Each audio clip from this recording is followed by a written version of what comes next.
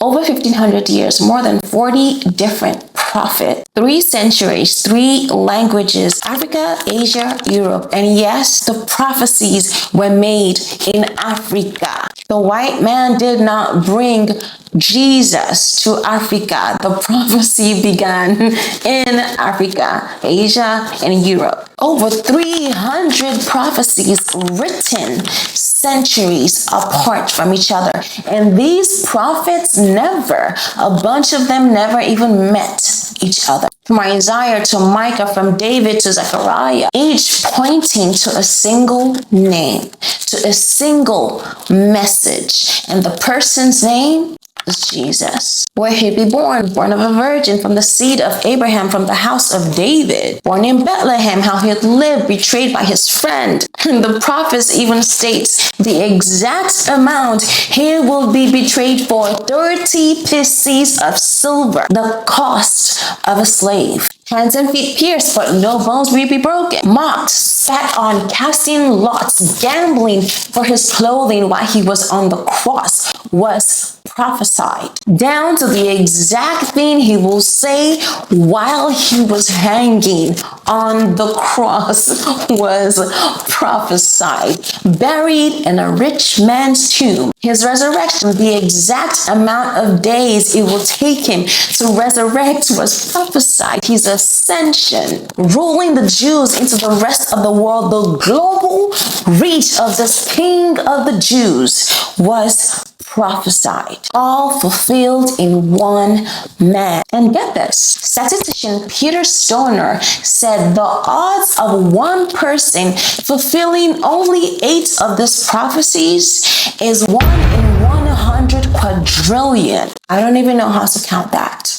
But this is the example he gave. He said, picture the size of the giant state of Texas, filled with silver coins 2 feet deep, and one coin marked with an X. And then you blindfold a man, throw him into the state of Texas, tell him to roam around the state of Texas and pick out this one coin that is marked with an X. Yeah, I know. Practically impossible. See, no. Jesus didn't fulfill 8. He fulfilled 48. And then 250. And then 300. And then over 300. At the point of 48 prophecies, we are moving pretty much out of the world. There's no amount of atoms enough in our world to calculate that number. And now that we're moving into the 100s, 200s, 300, over 300, we're looking into the freaking galaxy. So no, this is not a coincidence. This is divine providence. And after his resurrection, literally time resets itself after his name, BC to AD. Every moment humankind lives now testifies that he came. Every moment humankind lives, when you look at your time, when you calculate your birthday, days, time, season, literally tells us he did come. He came, he conquered, and now he lives. And see, now we're just getting into the most important part. He didn't just stop there at resurrecting or ascending. No, that same power now wants to live in you. He is literally the prophecy, because all those prophecies from generation to generation only spoke about one person, which makes him the actual prophecy, the promise, and he is the fulfillment. See, the word became flesh. That same word in the beginning was the word was with God, and the word was God. That same God became flesh, wore our skin, and entered into the world. Eternity stepped into time, your time. He wrapped himself in skin so you can come closer. He wrapped himself in skin so he can be our prototype, the first of many. He was the only son before he rose, and after he rose, he became the first begotten Son. So you can be like him, heirs with him. You have been his desire from the beginning of time. All that time in the Old Testament where they were carrying the temple back and forth. Everywhere they went, they carried the temple because the glory of God was in the temple. That beautiful temple that they built, the ultimate desire was that he will be with you. He will live in you. Then he was among them. But now he wants to be in you because you were the plan from the beginning.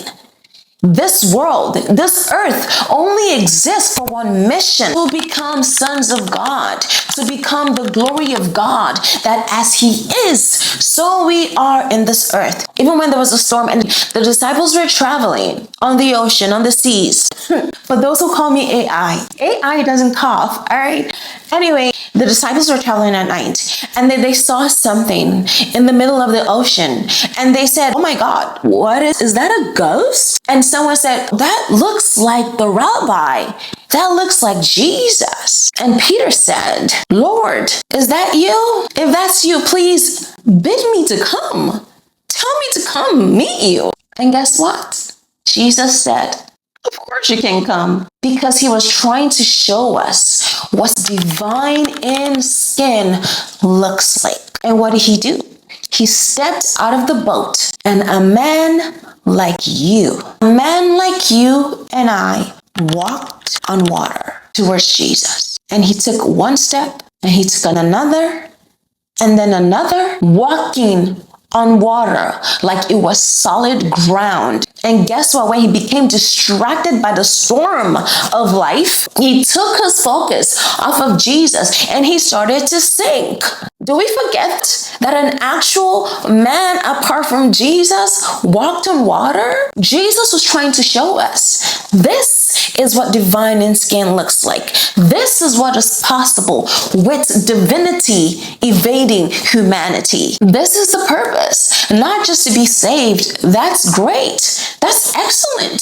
But the Bible says God will want all men to be saved and come to the knowledge of the truth. What is the truth? That he has created you to be just like him, divine in skin, to rule like him, to walk like him, to heal like him, to lay hands like him, to declare authority like him, to cast out demons like him, to rule like him.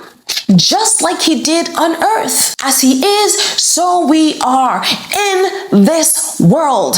1 John 4:17. Like him, just like him. He wants to live in us. See, that temple they were carrying in the Old Testament, the ultimate desire was to live in you, not to live in the temples. And when Jesus rose, guess what happened? The veil of that same temple was ripped from top to bottom, not from bottom to top like normal, no, from top to bottom. And do you know how heavy that veil was to even put up?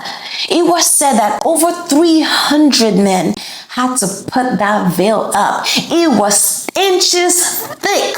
No one could look through it. But why did Jesus rip that veil when he rose? Why did he rip it when he rose? So you can draw closer to him, because the veil has been torn. The veil has been removed. Before the veil was torn, no one could enter that temple. It would literally drop dead if they did.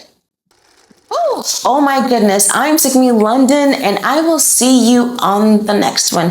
You, my friend, never forget it. You are divine in skin. As he is, so we are in this world. Bye.